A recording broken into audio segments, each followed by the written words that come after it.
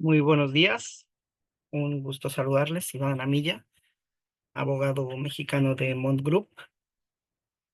Vamos a esperar, si tienen a bien, un par de minutos más para que la gente que muy gentilmente se inscribió a este webinar se conecte, y también en honor al tiempo y en agradecimiento a quienes lo hicieron de manera oportuna y temprana.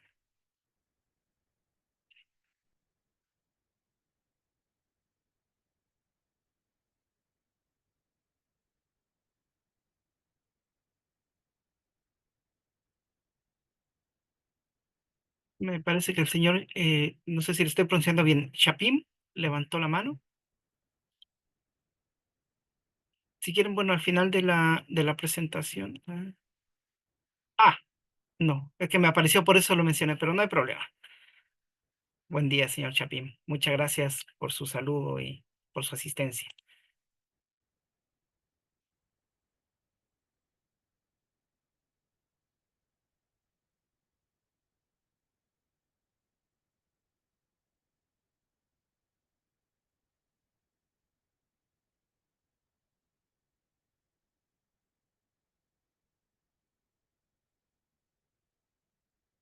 Si quieren, tienen tiempo de servirse un café, un vaso con agua, lo pueden hacer. En menos de un minuto partimos.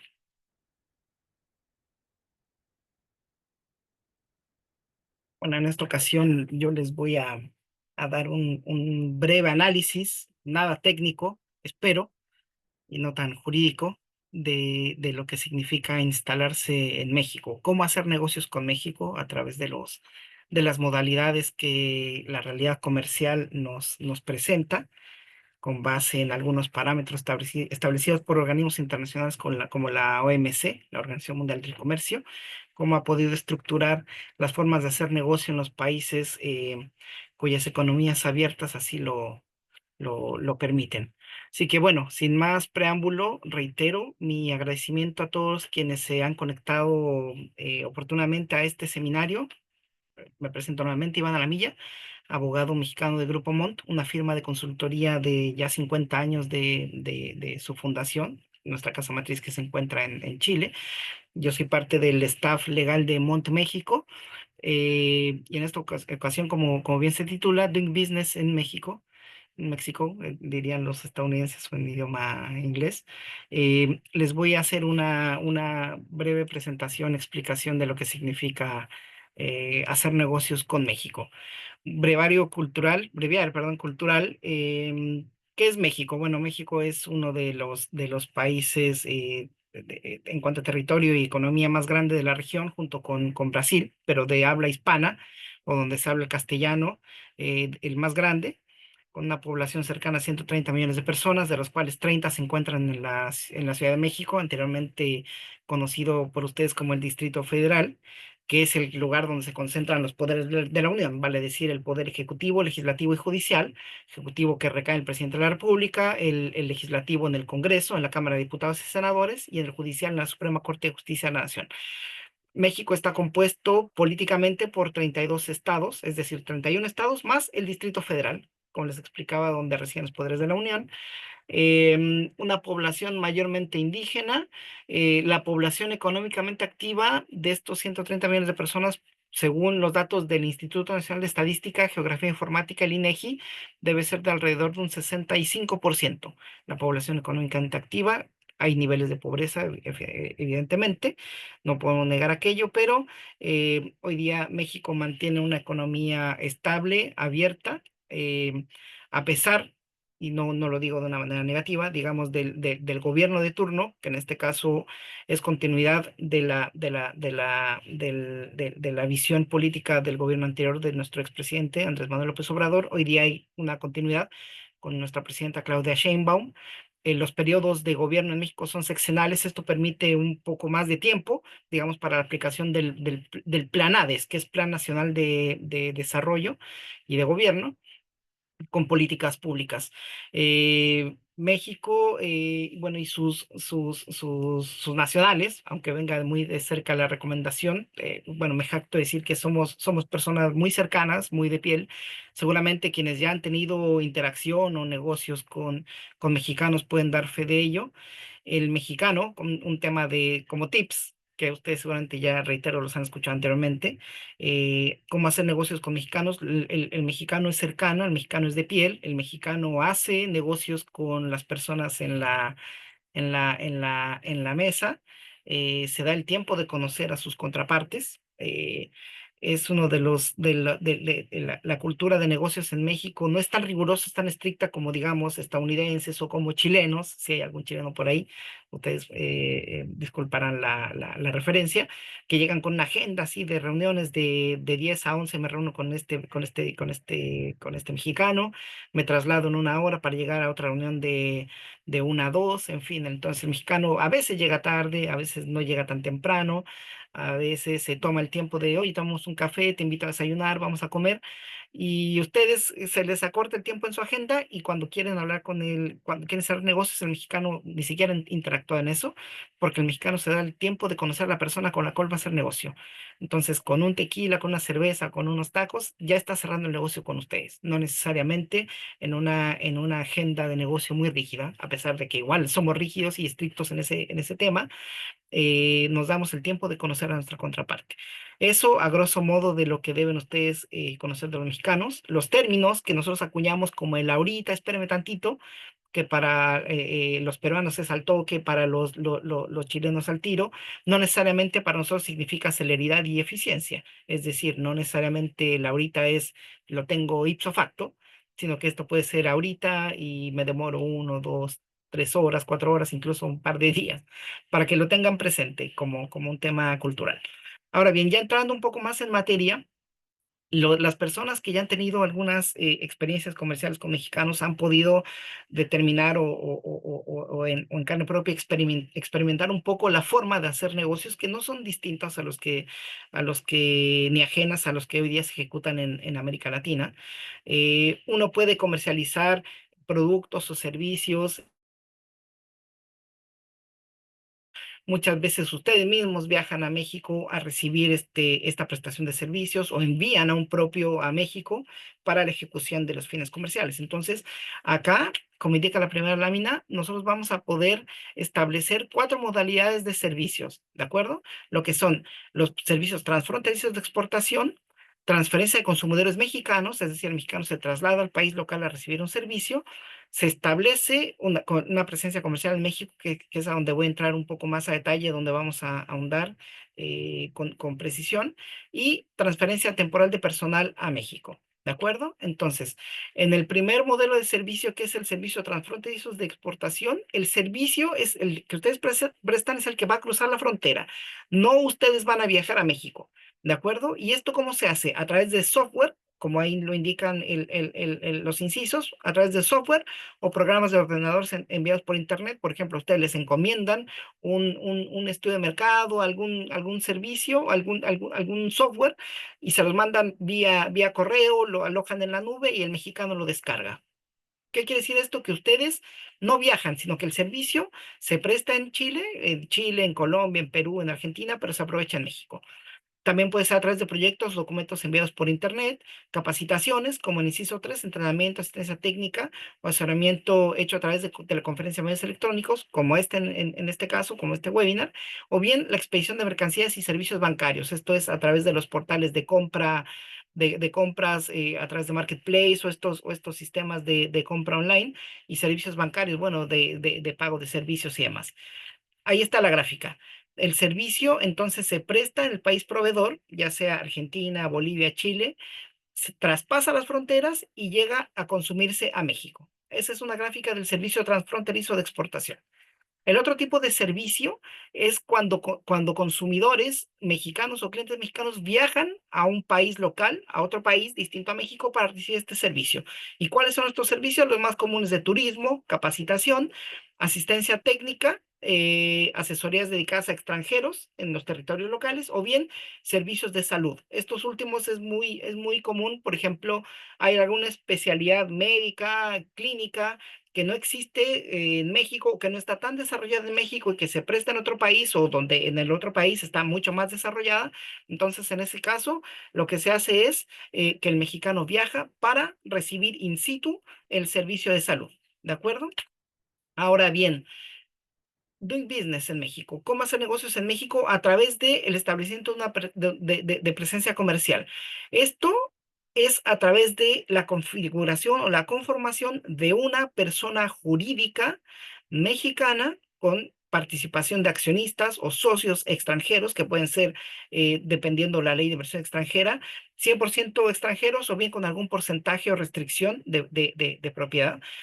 Esto se hace a través de una sucursal, que es o una agencia, o la famosa branch office, que es la misma persona jurídica del exterior con reconocimiento de personalidad jurídica en México, o bien a través de una filial, es decir, una compañía mexicana, 100% de nacionalidad mexicana, pero con su tenencia accionaria o participación social en algún porcentaje indeterminado, no indeterminado, un porcentaje determinado, o bien al 100% de extranjeros.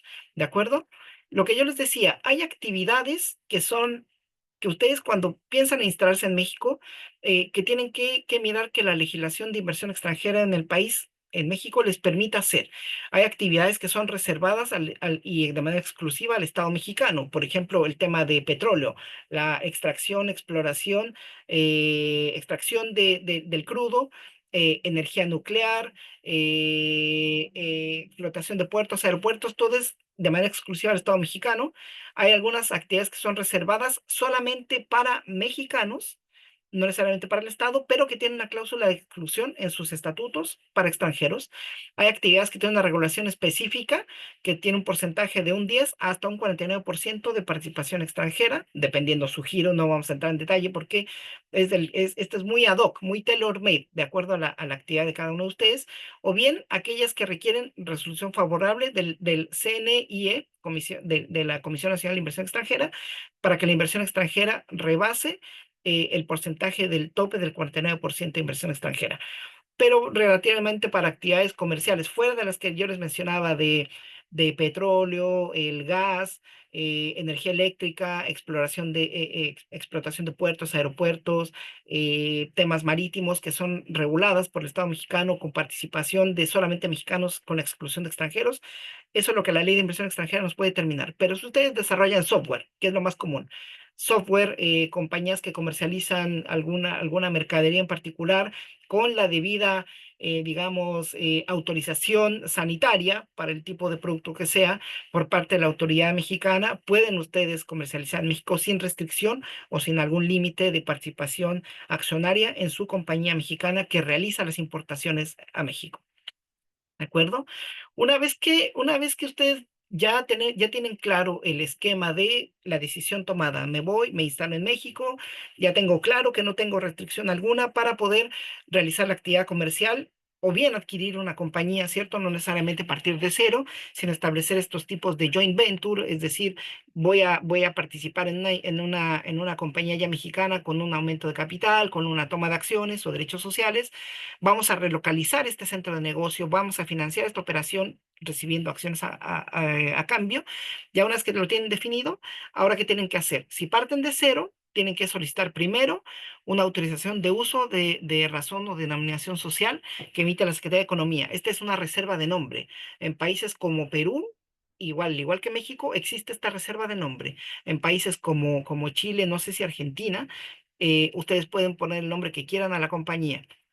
Hay un tema de homonimia, similitud en cuanto a las marcas, pero no tiene nada que ver con la autorización de uso de razón social, en este caso de la Secretaría de Economía Mexicana. Habiendo tenido ya la autorización, que demora unos 3 o 4 días en obtenerse, se tiene que llevar este documento a elevar, se eleva a escritura pública. Esto se hace a través de un notario o un corredor público. Un notario conoce de todos actos civiles y comerciales, y el corredor público solamente de actos comerciales, es decir, solamente constituye sociedades. Ante él no se puede otorgar un testamento, que es un acto meramente civil. ¿De acuerdo? Una vez que ya tenemos nuestra razón social, vamos con el notario, se otorga la escritura, tenemos que inscribir la sociedad ante nuestra autoridad tributaria, que es el SAT, Servicio de Administración Tributaria, el homólogo al Servicio de Impuestos Internos, el homólogo a la ARCA, Exafip, homólogo a la SUNAT, homólogo a la, ¿cómo se llama? A la DIAN en Colombia, al SRI, Servicio de Rentas Internas, si no me recuerdo es Uruguay.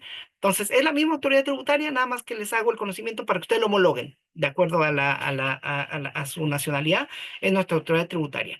Y se obtiene el Registro Federal de Contribuyentes, RFC, homólogo al RUT, homólogo al QUIT, homólogo al RUC, homólogo al NIT, es nuestro Tax ID, ¿de acuerdo?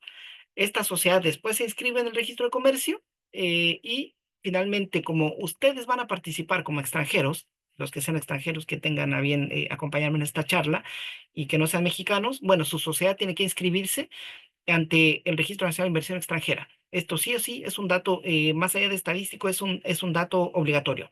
Es una gestión y trámite obligatorio, porque así se controla el ingreso de capitales extranjeros a México.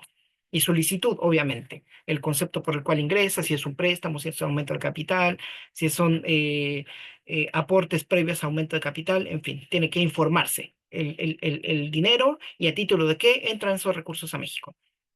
Bueno, y lo más común es el estatuto. ¿Qué debe contener el estatuto? Bueno, pues, sus nombres, su individualización, el objeto social, la razón o denominación social, la duración de la sociedad, que puede ser por un plazo, que puede ser periodo indefinido, el importe del capital social y la forma en la que se paga el capital social, si es en dinero, en especie, el domicilio de la sociedad, un domicilio pero para efecto jurisdiccional, no es el domicilio con calle, número, piso, oficina, no, sino es solamente el domicilio jurisdiccional para, a ver, no obstante de que México es un país federal y ustedes pueden constituir una sociedad con domicilio social en el estado de Jalisco, en el estado de Nuevo León, en Ciudad de México, en el estado de Puebla, tiene la aplicación y es oponible en los 31 estados más la Ciudad de México el ejercicio comercial de su sociedad, sino simplemente el domicilio jurisdiccional para efectos de dónde va a estar registrada. ¿De acuerdo?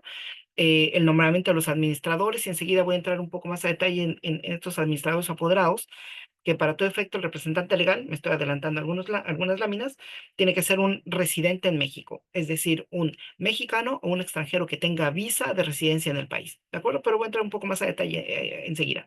Y otras menciones propias de la estructura de la sociedad, como formas de delegar poderes, designación de los liquidadores, administradores, tecnicismos legales que no son materia en este caso de esta charla. ¿De acuerdo?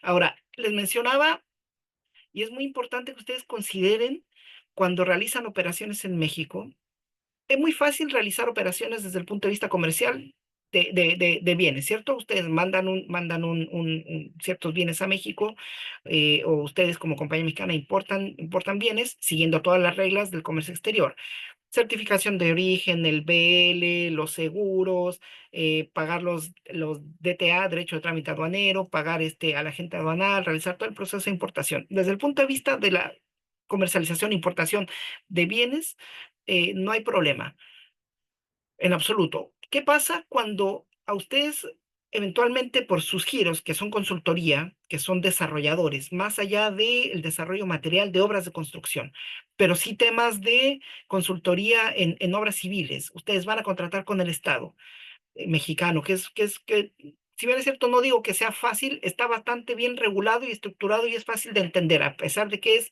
largo el proceso de inscripción, empadronamiento como proveedores del Estado en México, es fácil de entender. Pero, ¿qué pasa cuando ustedes necesitan, de acuerdo a su actividad comercial, acreditar experiencia? Uno dice, ya, yo puedo partir con una sociedad mexicana de cero, perfecto. ¿Cuál experiencia? Ninguna, es decir, cero. Ustedes deberían entonces ver la posibilidad o abrirse a la posibilidad de constituirse como una agencia, una branch office, donde la misma persona jurídica del exterior va a tener reconocimiento, como decía en la primera lámina, reconocimiento de personalidad jurídica en México. Esto es, ustedes van a ser un contribuyente mexicano, pero van a aportar toda su experiencia, todos los metrajes construidos o todo el tema de sus proyectos que pueden acreditar la experiencia o avalar la experiencia suya en su país de origen, en otros países, en otras jurisdicciones, la pueden llevar a México. Entonces, en ese caso, ya pueden aportar experiencia y lo pueden hacer o lo deberían hacer, es ideal y deseable, a través de una agencia. ¿Cuáles son los requisitos para constituir una agencia? Bueno, acreditar que estoy debidamente constituido en mi país de origen, con documentos constitutivos, modificatorios, designar a un representante que tenga domicilio en México para poder operar, para poder obligar, contratar y obligar en nombre de la sociedad. Más que pero, la única aprehensión que yo veo acá es que en el caso de alguna responsabilidad civil, incluso penal, ¿cuál es la diferencia de la responsabilidad entre un socio extranjero o la misma persona jurídica del exterior como dueño del 100% de la agencia? De que la responsabilidad es directa hacia la agencia, hacia la casa, de la agencia, perdón, hacia su casa matriz. En cambio, en una filial, es decir, una compañía mexicana, 100% mexicana con accionistas extranjeros, la responsabilidad del accionista o del socio extranjero, en el caso de la filial, llega hasta el monto de mi aporte. Si yo como extranjero, digamos, como argentino, como chileno, colombiano, peruano, coloco en la sociedad mexicana $1,000 como acción, como mi parte de capital social, yo penalmente o civilmente respondería solamente por esos $1,000, ¿de acuerdo? En el caso de las agencias o de las branch office, la responsabilidad de la casa matriz es directa, así que el impacto es directo. Esa sería la única, no como, reitero, no como pero, sí como una aprehensión y como un cuidado de ver la forma en la que me conformo yo en México como como un contribuyente mexicano, como una persona de derecho en México. ¿De acuerdo? Esto es, digamos, de acuerdo a las leyes sociales mercantiles, cuáles son los tipos sociales que regula nuestra ley en la materia muy conocidas, muy simples y homólogas como en otros países, sociedad de nombre colectivo, comandita simple, responsabilidad limitada, la anónima, comandita por acciones, cooperativa. Y hay una figura que es la sociedad por acción simplificada, muy similar a la SPA chilena, muy similar a la SAS peruana, muy similar o a la SAC peruana, muy similar a la SAS colombiana. eh, a la SAS argentina también, que pueden ser conformadas desde un solo accionista. El tema es de que la sociedad por acción simplificada o la SAS mexicana solamente está diseñada para personas físicas, personas naturales que tengan residencia en México, ¿de acuerdo? Es decir, una compañía chilena quiere constituir una SAS en México, no puede, porque no es una persona natural o persona física, como llamamos nosotros en México, ¿de acuerdo? Un representante legal. Para todo efecto, la administración pública mexicana va a requerir una persona de contacto, ¿cierto? Una persona sobre la cual recaigan las notificaciones, la información e incluso las responsabilidades en el caso de la persona a quien informar respecto a la persona jurídica que tiene relación con el Estado.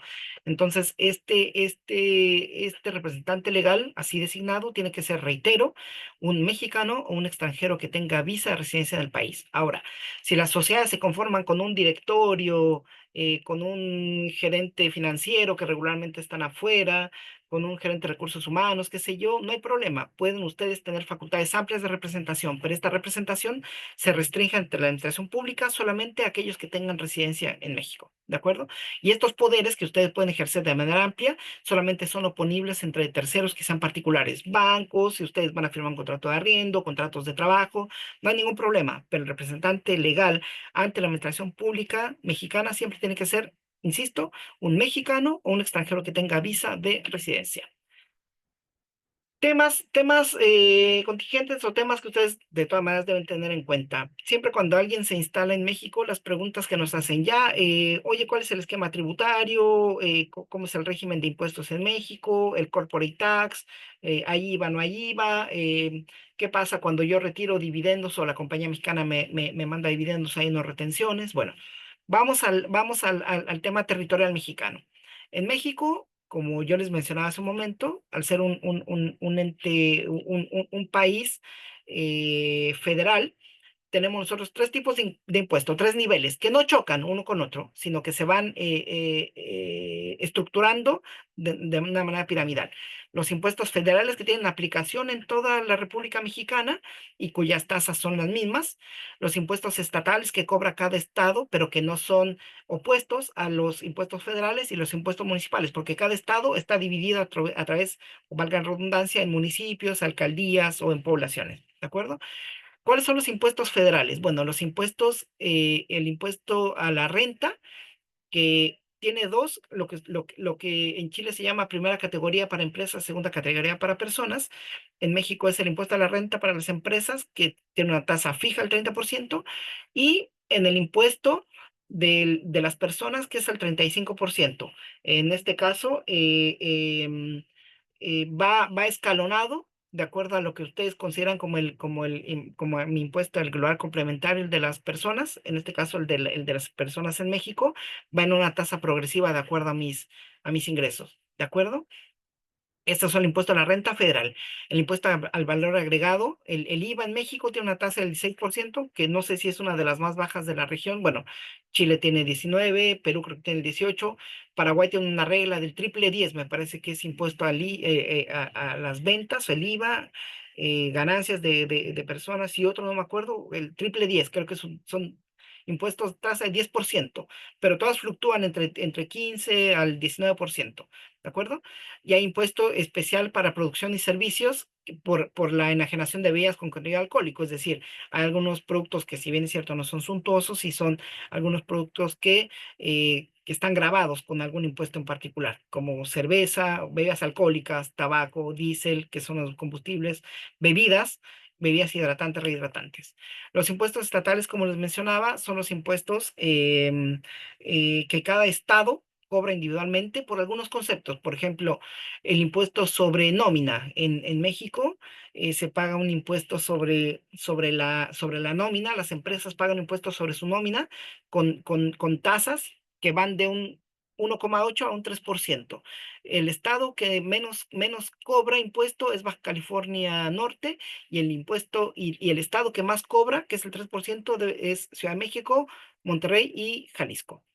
Hay impuestos sobre diversión y espectáculos públicos, impuesto a la prestación de servicios de hospedaje. Y los municipales, que son valga la redundancia, del municipio o de la alcaldía o de la población, son, por ejemplo, el impuesto predial, que ustedes lo conocerán, o es el homólogo a las contribuciones, es decir, el impuesto que yo pago periódicamente, ya sea anual o semestral, por tener mi propiedad. Le pago al municipio o a la alcaldía.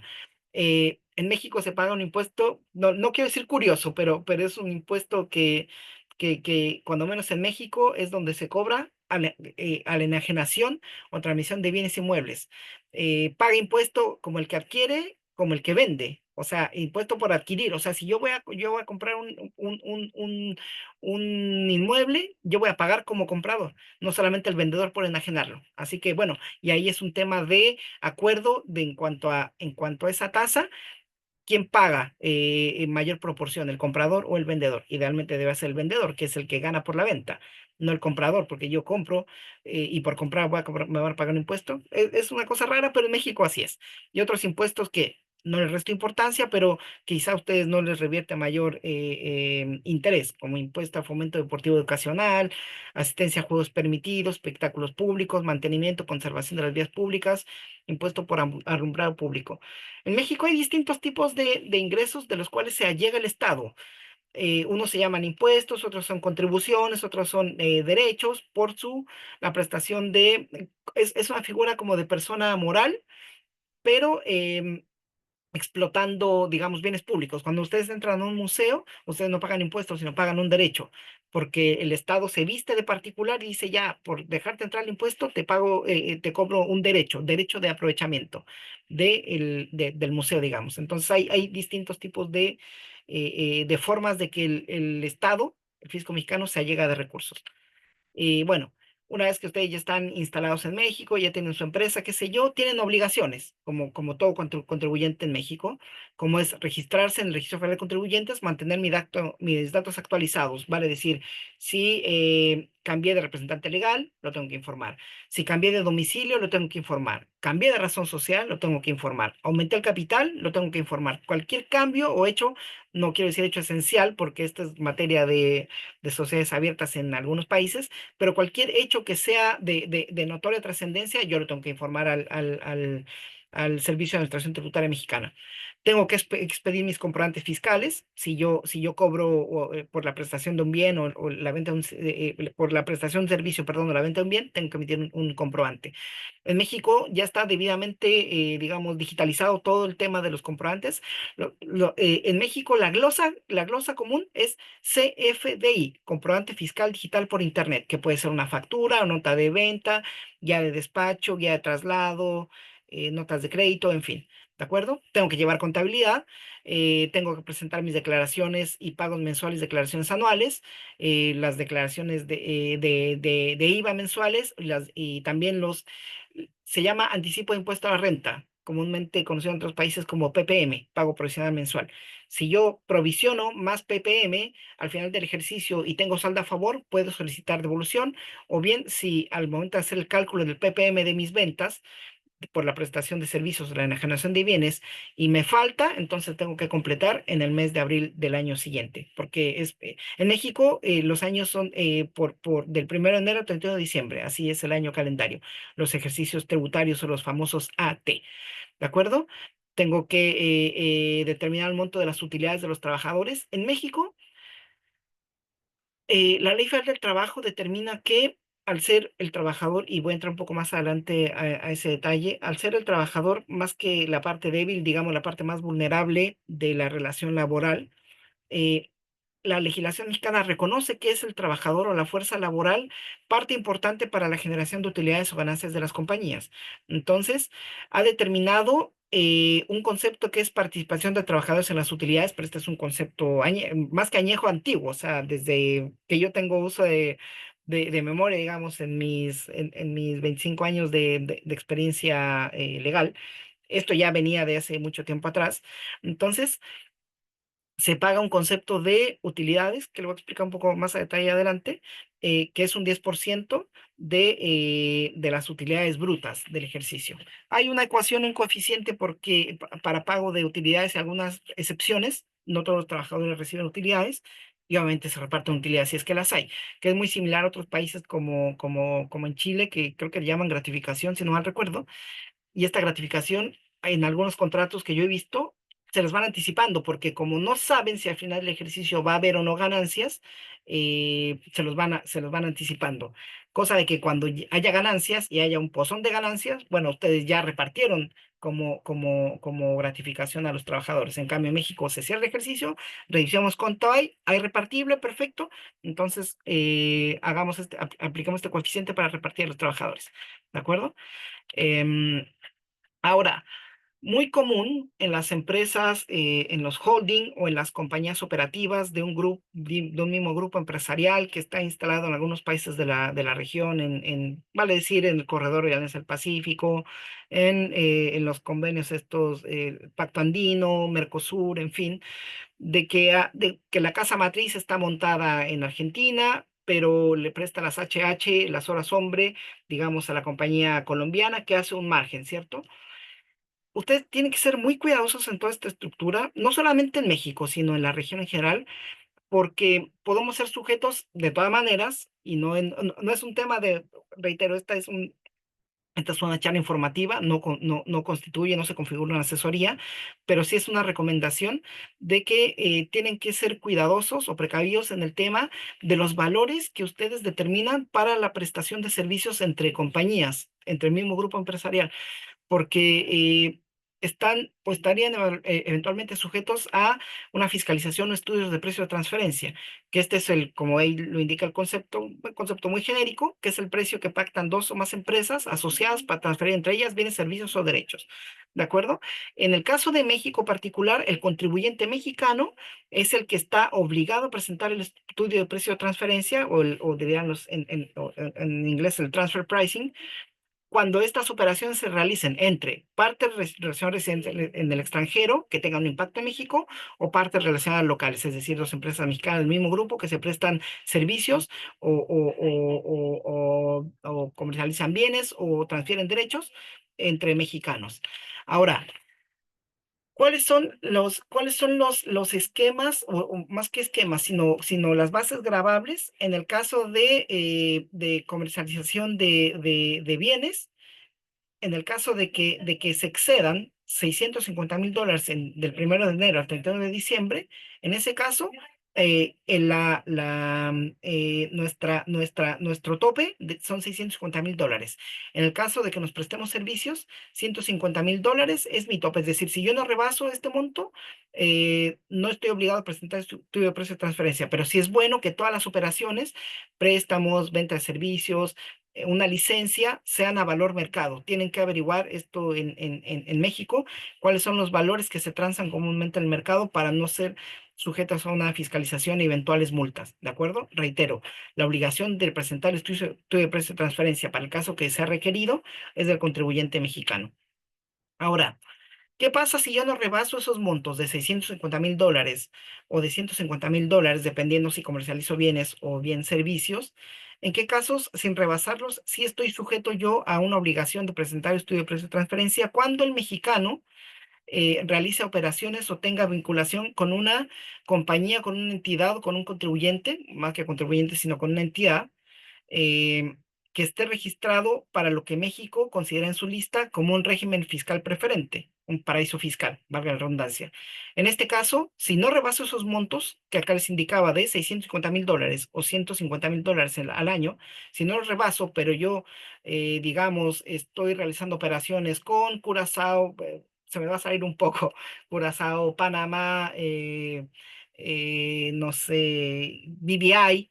Si yo realizo operaciones con entidades domiciliadas en estos paraísos fiscales o REFIPRE, régimen fiscal preferente, estoy obligado a presentar estudio de precio de transferencia, sí o sí, ¿de acuerdo? Ahora, cuando finalmente ustedes ya se establecen en México y aquí, y la verdad que con mis sinceras disculpas hice el ejemplo o lo que voy a explicarles enseguida, viene enfocado a Chile, digamos, porque nuestra casa matriz está en Chile. Ustedes cuando finalmente se establecen en México y empiezan a tener ganancias, empiezan a realizar operaciones, contratos intercompany, tener flujos, el desarrollo de la marca, posicionamiento de la marca, ustedes dicen, ya, ok, perfecto. Va a ser la relación de nosotros los accionistas o de la casa matriz con su filial mexicana? ¿Qué pasa cuando la compañía empieza a tener ganancias? ¿Qué pasa cuando la compañía no se necesita financiamiento? Puede tener un financiamiento local, le presto yo el dinero. ¿Cómo es el tema de las retenciones? Que es una duda muy genuina y obviamente que ustedes tienen que poder ser capaces de tener claro al momento de establecerse en México. Bueno, existen, más allá de los convenios, perdón, de los tratados de libre comercio que regulan solamente temas de bienes, hay algunos apartados de servicios que son muy específicos, pero todo el tema arancelario, que eso anda por una cuerda, ¿cierto? Pero cuando ustedes como inversionistas tienen intereses en México o acciones de compañías mexicanas, a ustedes les interesa saber todo el tratamiento tributario, sobre todo al amparo del convenio para evitar la doble imposición en materia de impuestos sobre la renta. Ojo, solamente en materia de impuestos sobre la renta. Los impuestos, el IVA no entra acá porque este es un impuesto local. El servicio que se presta en México, se aprovecha en México a través de la compañía mexicana, se graba con IVA. Eso no tiene nada que ver con el convenio, ¿de acuerdo? Aquí solamente respecto de ley de impuesto a la renta en Chile y el impuesto sobre la renta federal en México. Entonces, ¿qué es lo que pasa? Ustedes dicen, ya, la compañía mexicana tuvo ganancia. Y aquí es un tanto ventajoso, digamos, para Chile la aplicación del CDI, que es Convenio para evitar doble imposición por las siglas, así me gusta explicarlo. ¿Qué pasa cuando ustedes dicen, ya yo quiero recibir dividendos de México? ¿Hay retención? Sí, hay retención. ¿Cuál es la tasa? La tasa es del 15% sobre el importe bruto que de los dividendos puestos a disposición de una sociedad accionista. Esto en el caso de que el accionista sea una persona que tenga 20% o menos de las acciones con derecho a voto, o sea, una persona natural, y el 10% en el caso de que tenga más del 20% de las acciones con derecho a voto. ¿De acuerdo? Esos son los dividendos. Los intereses, que son préstamos de dinero para capital de trabajo, mejor dicho, capital de trabajo, para financiamiento, para pago de servicios de proveedores, demás, van a estar financiando la operación. Entonces le mandan a la compañía mexicana $100,000. Le dicen, ya yo te cobro un 5 o 7%, que es más o menos la tasa promedio, hasta 9%, ojalá no rebasar nunca los dos dígitos de saldo, sobre el saldo insoluto, es decir, sobre el monto que tú no me has pagado, yo te cobro un 9%. Bueno, ese 9% va a estar sujeto a una retención del 15% de intereses que el obligado en este caso va a ser el mexicano, la compañía mexicana, que va a remesar los intereses que le paga a su acreedor, que es su casa matriz, digamos, alguna empresa del exterior, y va a estar sujeto a una retención del 15%, ese 9% del saldo insoluto. Las regalías, que son derechos que son retenciones por el derecho o la autorización de uso, concesión de uso de un derecho a autor, una obra literaria, una marca, por ejemplo. Ustedes pueden decir, oye, mira, yo a mi filial, que es Empresa Patito S.A., voy a hacer la Empresa Patito México S.A. Tiene el color, tiene el logo, tiene esto, entonces yo le voy a cobrar una regalía por el uso de esta marca, por el uso de mi jingle, ¿cierto? Como de las frases comerciales, claves. Entonces, por esta regalía, yo le cobro a la empresa mexicana un monto, y ese monto va a estar sujeto a una retención del 10% que se le entera a la Hacienda, al fisco mexicano. Los servicios personales independientes, aquí hay que ser muy, muy cuidadosos, porque igual es una pregunta recurrente y sobre la cual, más allá de decir que no hay una respuesta categórica, sino que hay que ver caso a caso cómo se hace, es decir, si es un servicio personal que se presta desde el exterior, o si es un servicio que yo presto estando en México, ¿de acuerdo? Si es un servicio que, digamos, presto en un periodo menor a 183 días, ¿y qué pasa si me quedo más de 183 días? Esto es muy caso a caso, porque en algunos casos la Hacienda Mexicana deberá cobrar el 10% si tú prestas el servicio en México. Si prestas el servicio desde el extranjero, se aprovecha en México, la tasa debería ser cero, pero esto reitero, caso a caso. Ahora, el otro tipo de servicio que la OMC ha determinado de cuáles son aquellos que se pueden prestar a mexicanos, son cuando ustedes trasladan a un propio a México a realizar esta prestación de servicio, que son consultorías, asistencias técnicas y cualquier otro servicio prestado por una persona natural en territorio mexicano. Hay que tener mucho, mucho ojo acá, mucho cuidado en cuanto a cuando ustedes dicen, ya, yo voy a abrir mercado. Iván me ha hablado muy bien, me ha explicado con bastante detalle qué significa instalarse en México, pero yo todavía no tengo el músculo, no tengo todo el tamaño, no tengo toda la decisión tomada de instalarme en el país.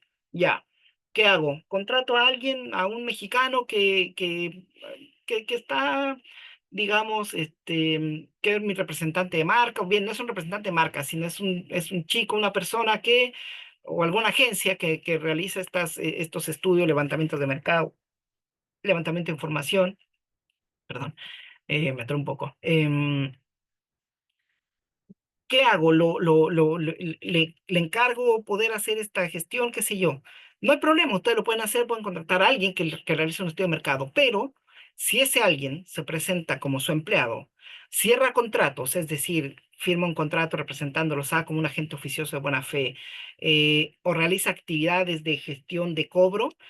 Cuidado, porque pueden configurar para ustedes, a su empresa argentina, chilena, peruana, qué sé yo, en México, un establecimiento permanente. Y esto los obligaría a ustedes a tributar como un contribuyente, como si fuera un contribuyente mexicano, un contribuyente local.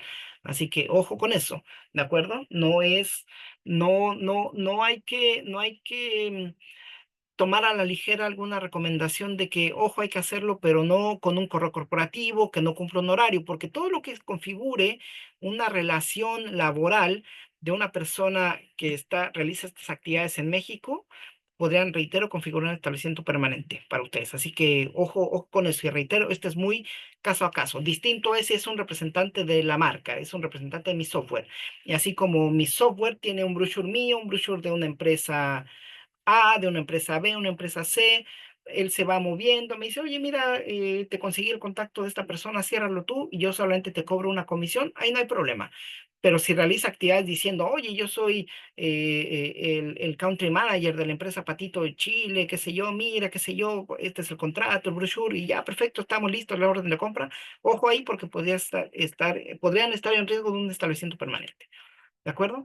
Un tema muy importante también, y ya para ir cerrando un poco, los aspectos laborales. Ustedes eventualmente van a requerir fuerza de venta, fuerza laboral mexicana. ¿Ustedes qué deben considerar para esto? Sin entrar a mayor detalle, reitero, este es un tema muy casuístico, pero a grosso modo les puedo explicar que, bueno, en México el trabajo es una actividad personal subordinada que se cambia de un salario, no es un acto de comercio, ¿ya? Partamos por esa base.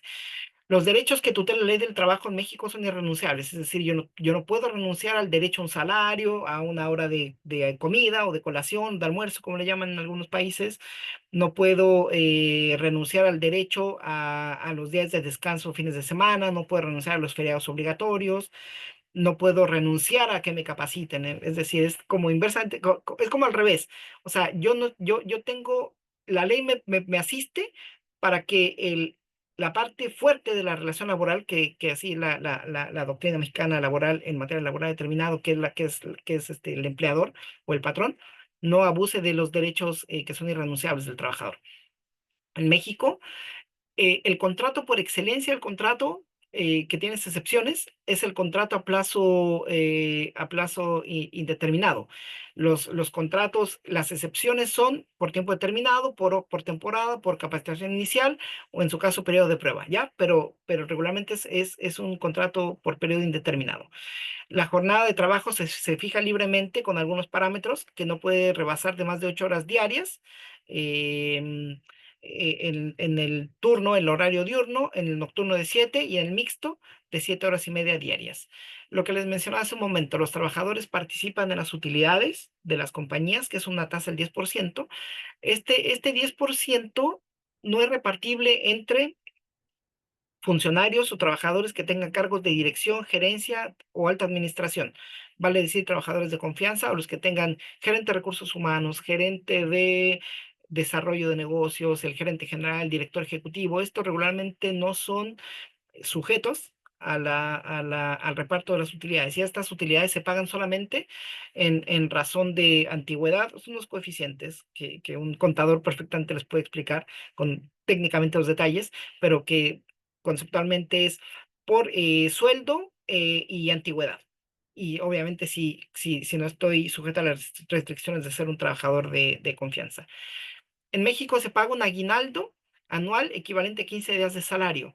Eh, yo siempre los conmino, los invito a que se permeen, se empapen de toda la terminología y lexicología y las costumbres comerciales laborales mexicanas, porque ustedes al aguinaldo, en Chile cuando menos, el aguinaldo es una prestación que puede o no dar un empleador y esto se paga para fiestas patrias. Nosotros en México el aguinaldo lo adaptamos a las fiestas decembrinas, a las vísperas navideñas. Una vez un cliente nos pasó un caso muy particular que llegó septiembre, tiene su filial en México y nos dijo, paga un aguinaldo. Y nosotros dijimos, ya, ok, no hay problema, ayudamos, gestionamos el aguinaldo, se le pagó a los trabajadores.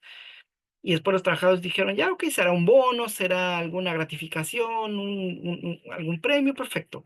Y para el 20 de diciembre, que es la fecha tope para poder recibir el aguinaldo en México, dicen, bueno, ¿y mi aguinaldo? Y el empleador dijo, no, pero yo ya te lo pagué. No, tú me diste un bono, pero el aguinaldo se paga en diciembre. Entonces, los invito no necesariamente, o sea, si bien es cierto, ustedes tienen una estructura, misión, visión, valores, todo un tema estructural corporativo, que está bien, un tema de compliance, está bien, pero los invito a que lo adapten, a que lo entiendan en México y sigan las praxis y obviamente todas las determinaciones legales y normativas de la ley mexicana, porque puede haber o suele haber confusiones. Entonces, eh, nosotros a través de nuestras oficinas, estas charlas, tratamos de hacerles un poco más explícito o hacer las traducciones o mexicanizar en mi caso todos los conceptos de los cuales les he ido hablando y homologándolo un poco a la realidad, a las costumbres de algunos países. Por eso les hablo, no sé, de la SUNAT, del Servicio de Impuestos Internos, del Servicio de Rentas Internas, del ARCA,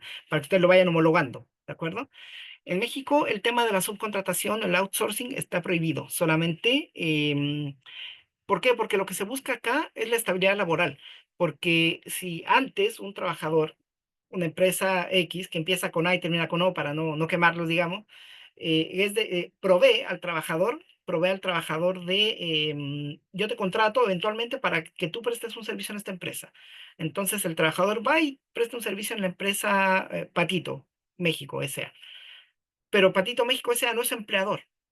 Yo soy tu empleador, pero solo por un periodo determinado. Entonces acá el tema de la continuidad de estabilidad laboral se difumina, se pierde. Por tanto, en México, en la Ley Federal del Trabajo se determinó que no existe régimen de subcontratación para que usted contrate a su trabajador, aunque sea por tiempo, por obra, por un plazo determinado, por alguna gestión en particular, pero usted es mi empleado. ¿De acuerdo? Y en México, bueno, existe libertad para asociarse en sindicatos con a lo menos 20 trabajadores. El tema de la integración del salario en México, como le mencionaba hace un rato, que ustedes en algunas oportunidades en Chile, por ejemplo, determinan como las gratificaciones, qué sé yo, ¿cómo se integra el salario en México? Bueno, los conceptos básicos de la integración del salario en México es riesgos de trabajo, enfermedades y maternidad, invalidez y vida, retiro por cesantía en edad avanzada y vejez, guarderías, Infonavit, que es el Instituto del Fondo Nacional de la Vivienda de los Trabajadores, es una parte proporcional que se le destina para que los trabajadores puedan tener, digamos, un pequeño pozo, un pequeño fondo, bueno, no sé si pequeño, no lo quiero decir de manera peyorativa, pero un fondo, la cantidad que sea, para poder optar a viviendas de interés social, o bien aprovecharlo y complementar para una vivienda la cual se quiera comprar. Y el impuesto sobre nómina, lo que les mencionaba hace un momento, los impuestos estatales, que las tasas varían de acuerdo al estado. En este caso, la más baja, que es 1,8, Baja California Norte, y un 3% de la Ciudad de México. Bueno, miren, hasta ahí, muy a grosso modo, la explicación de cómo instalarse en México, la principal invitación o lo que yo busco en este caso es de que ustedes vayan de alguna forma em, entendiendo un poco qué significa instalarse en México, algunas particularidades, cosas a tomar en cuenta, restricciones a las normas, obligaciones normativas en materia tributaria, en materia corporativa, compliance, de inversión extranjera. Y verán que, bueno, hacer negocios en México es bastante fácil. México es una economía abierta, de libre mercado, tiene buen acceso a los mercados. Estamos al lado de nuestro principal socio comercial, que es Estados Unidos, a pesar que, si no mal recuerdo, el año 2024 fue China con el que más operaciones comerciales realizamos. Es un gobierno relativamente estable y como el mercado, perdón, el mercado se regula solo, no obstante de que haya un gobierno, pongámosle un sesgo, un color político, izquierda, derecha, centro izquierda, ultraderecha, el mercado se regula solo y lo que acá, ¿en qué va a intervenir el gobierno? En las políticas públicas, ¿de acuerdo? Pero regularmente la legislación es la que manda en este caso y bueno, en ese sentido yo quiero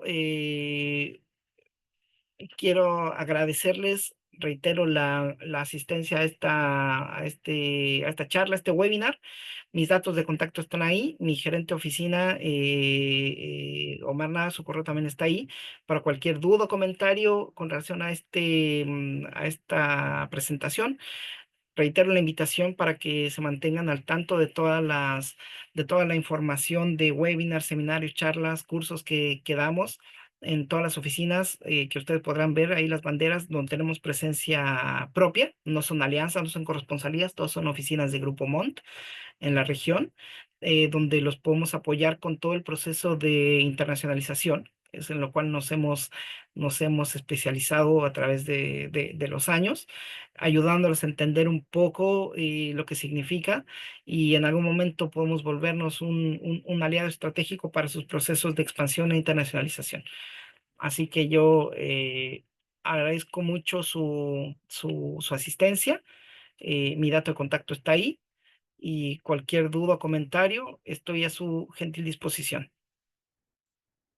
Así que bueno, muchas gracias. Me voy a presentar al señor Pastrana, a la señora Celia Cano, a Daniel. Daniel, ¿cómo estás, estimado? Karen Pop, Mario Zúñiga, a doña Rachel Chapín y a don Rafael Nava. Muy gentiles, muchas gracias por su asistencia y hasta una próxima oportunidad.